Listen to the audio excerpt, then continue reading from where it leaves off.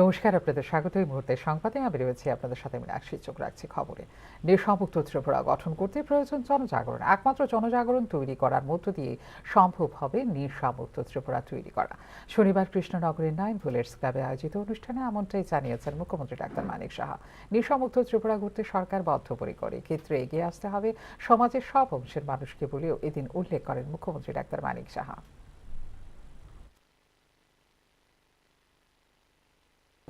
যে নেশামুক্ত ত্রিপুরা আমরা গড়বার জন্য আহ্বান করেছি, কিন্তু সেটা তখনই সম্ভব হবে যখন প্রতিটি পাড়াতে, প্রতিটি ক্লাব এর বিরুদ্ধে সোচ্চার হবে, তবেই সেটা সম্ভব হবে। এবং এটা কিন্তু একটা গণজাগরণের দরকার। আমি আশা করি এটাকে খুব আপনারা আরও বেশি এটার মধ্যে জোর দেওয়া। বাংলাদেশের 25টি নির্দিষ্ট এলাকায় আক্রমণের পরিকল্পনা করা হয়েছে। মূলত সংখ্যালঘু অধ্যুষিত এলাকাগুলিতেই হানা হবে এই আক্রমণ। বাংলাদেশের অন্তর্বর্তীকালীন ইউনূস সরকারকে সতর্ক করল ভারতীয় গোয়েন্দারা। চলতি মাসের একেবারে শেষ থেকে আগামী বছরে গোড়া পর্যন্ত 5 দিনে বাংলাদেশের সংখ্যালঘু সম্প্রদায়ের ওপর আঘাত হানতে কিছু জঙ্গি সংগঠন সুনির্দিষ্ট পরিকল্পনার ছক ধরা পড়েছে ভারতীয় গোয়েন্দা সংস্থার রাডারে। বাংলাদেশের 25টি নির্দিষ্ট এলাকায় আক্রমণের পরিকল্পনা করা হয়েছে বলে দাবি করা হয়েছে গোয়েন্দা রিপোর্টে। এই হামলার প্রাথমিক উদ্দেশ্য হলো আতঙ্ক ও অস্থিরতা তৈরি করা এবং সে দেশের সাম্প্রদায়িক সম্প্রীতির ভিত নাড়িয়ে দেওয়া। হামলার কোথায় কত ঝুঁকি এলাকা ধরে ধরে তার একটি মূল্যায়ন করা হয়েছে বলে রিপোর্টে বাংলাদেশকে জানিয়েছেন ভারতীয় গোয়েন্দারা। এই হামলা প্রতিহত করতে বাংলাদেশ প্রশাসনের জন্য কিছু পরামর্শ দেওয়া হয়েছে ভারতীয় গোয়েন্দাদের রিপোর্টে।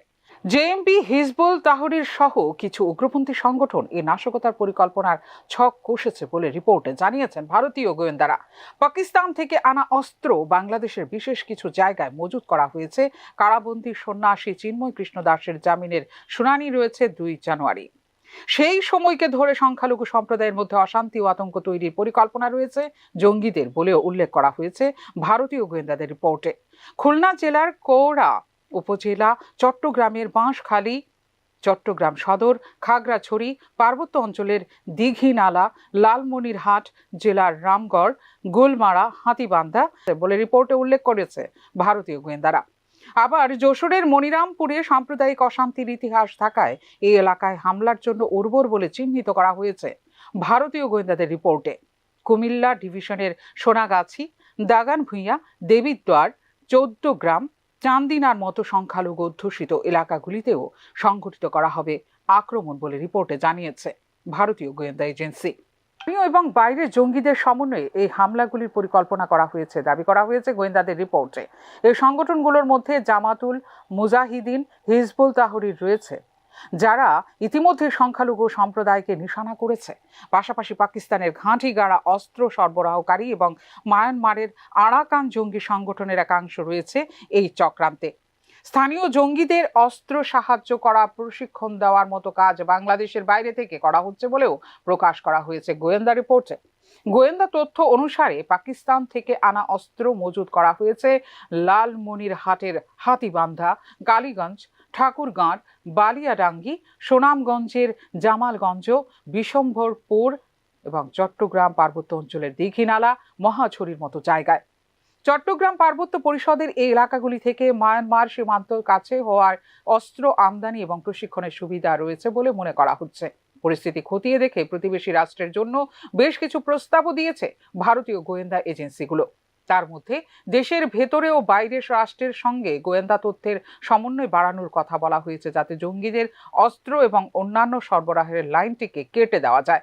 পাশাপাশি সংখ্যালঘু সম্প্রদায়ের মধ্যে সচেতনতা বাড়ানোর কর্মসূচি নেওয়া, সন্ত্রাস বিরোধী কর্মকাণ্ডে জোর বাড়ানোর জন্য অর্থনৈতিক পুঁজি তৈরি করা এবং বিশেষ করে হিন্দু সংখ্যালঘুদের এক জায়গায় সমাবেশ না করার কথা উল্লেখ করা হয়েছে ভারতীয় গোয়েন্দাদের রিপোর্টে।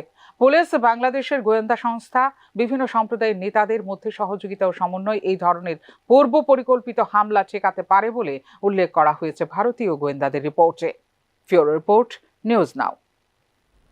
গত 7 সেপ্টেম্বর জেআরপিটি পরিচালিত গ্রুপ ডি পদের মেধা তালিকা প্রকাশের 4 মাস অতিক্রম হয়ে গেলেও এখনো পর্যন্ত নিয়োগপত্র দেয়নি রাজ্য সরকার। এমনিতেই লিখিত পরীক্ষার প্রায় 4 বছর পর মেধা তালিকা প্রকাশ করে রাজ্য সরকার। এবার মেধা তালিকা প্রকাশের 4 মাস অতিক্রান্ত হওয়ার পরও নিয়োগপত্র না দেওয়ায় স্বাভাবিকভাবেই প্রশ্ন উঠছে রাজ্য সরকারের ভূমিকার উপর। রাজ্য কর্মসংস্থান পরিষেবা এবং জনশক্তি পরিকল্পনা অধিদপ্তর বা জেআরবিটির তত্ত্বাবধানে 2021 সালের 20 ডিসেম্বর অনুষ্ঠিত হয়েছিল গ্রুপ ডির পরীক্ষা। এক্ষেত্রে মোট 2410টি পদের জন্য মোট 1,59,713 জন পরীক্ষার্থী অংশগ্রহণকারী হিসেবে তালিকাভুক্ত হয়েছিল, যার মধ্যে 1,31,000 জনেরও বেশি অংশ নিয়েছিল গ্রুপ ডি নিয়োগ পরীক্ষায়। লিখিত পরীক্ষা অনুষ্ঠিত হওয়ার প্রায় 4 বছর পর জেআরবিটি গ্রুপ ডি ফলাফল ঘোষণা করা হয় 2024 সালের 7 সেপ্টেম্বর। গ্রুপ ডি পদের জন্য বহুল প্রত্যাশিত চূড়ান্ত মেধা তালিকা প্রকাশ করে তালিকা মাল্টিটাস্কিং স্টাফ বা এমটিএস পদের জন্য 2,437 জন প্রার্থীকে চাকুরির প্রস্তাব দিয়েছে জেআরবিটি।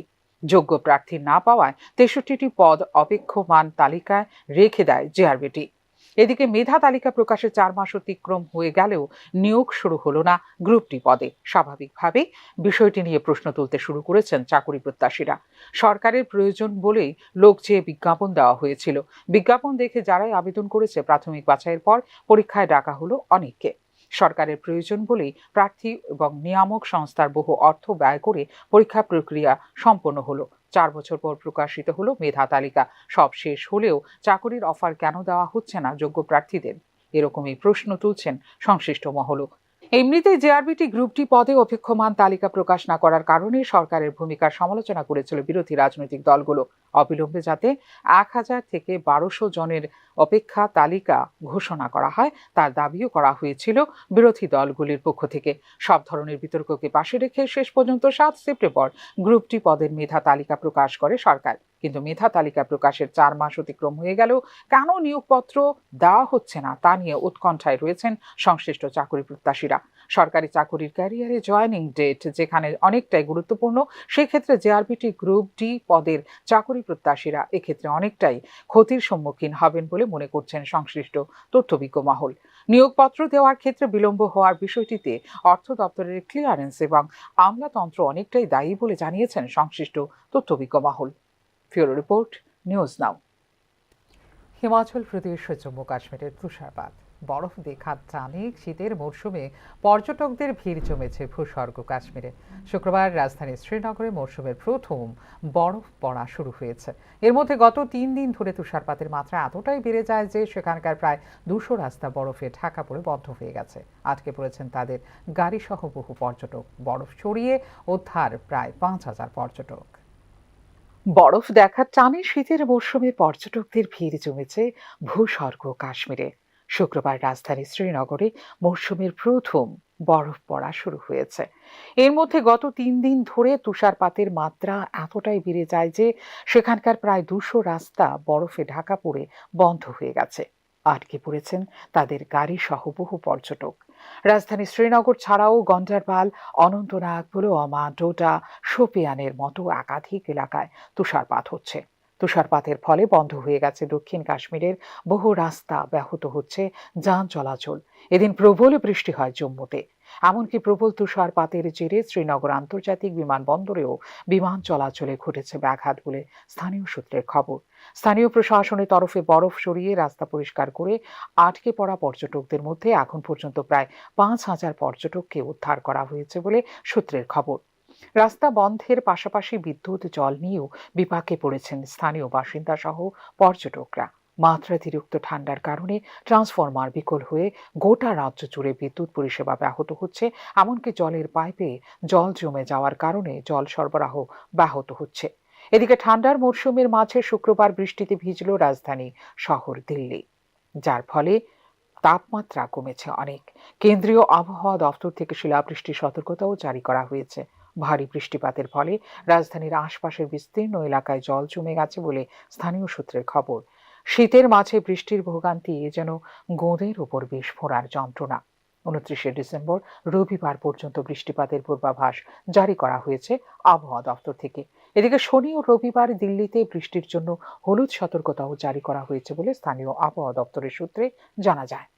ফিউরো report, news now. পঞ্চভূতে বিলীন হলেন ডক্টর মনমোহন সিং।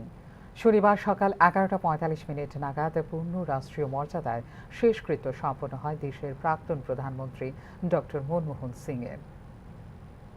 শনিবার সকাল 11:45 এই সময়টিতেই মুখাগ্নি দেওয়া হয় ভারতীয় অর্থনীতির অন্যতম পথিকৃৎ ডক্টর মনমোহন সিংকে। এরপরে পঞ্চভূতে বিলীন হন দেশের প্রাক্তন প্রধানমন্ত্রী ডক্টর মনমোহন সিং।